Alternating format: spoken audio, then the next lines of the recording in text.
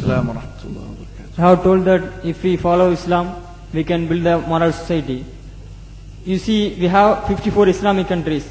Even we have 95% Muslims over there. They follow Islam only. Why we can't build moral society in those countries? Like Pakistan, Afghanistan, they have a civil war between fight between the Shias and Sunni Muslims. Why we can't build moral society over there, even though they have follow Islam? We have 95 Muslims over there. That is, you have told that if we follow Islam. No, you mean to say that Afghanistan, Pakistan, these countries are following Islam, but there's still civil wars and fighting amongst Muslims like Shia and Sunni? Why you are asking? We can't build moral society over there, even though we have 90%, 95 Muslims over there? First of all, Pakistan is not following Islam. Are you joking? I'm saying not Pakistan, we have 90% Muslim. Muslim means follow Islam. But Muslim, what Muslim? What Muslim?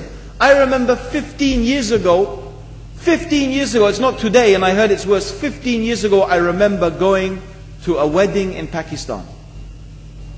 A wedding where men and women were mixing freely. Where the bride was dancing on the stage with all the male members of the family dancing on the stage.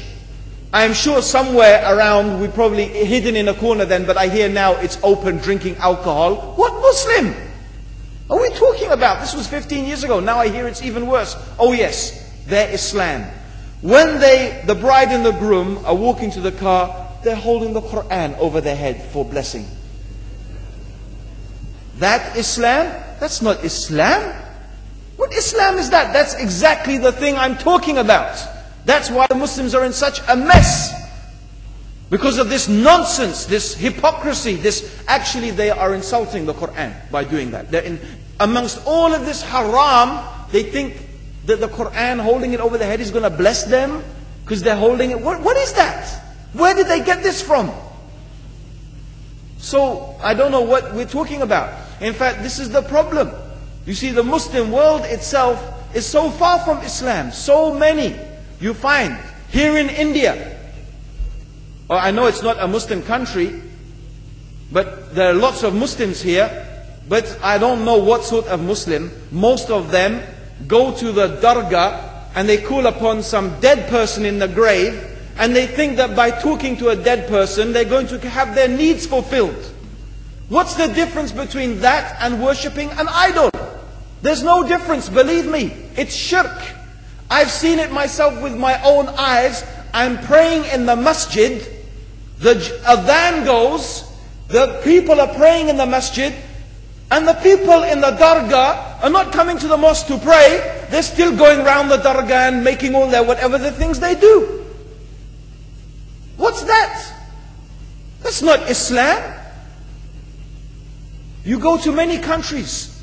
You find Pakistan, you want to see Islam in Pakistan. You know, in England, in every street corner we have a pub. You know what's a pub? You know what's a pub?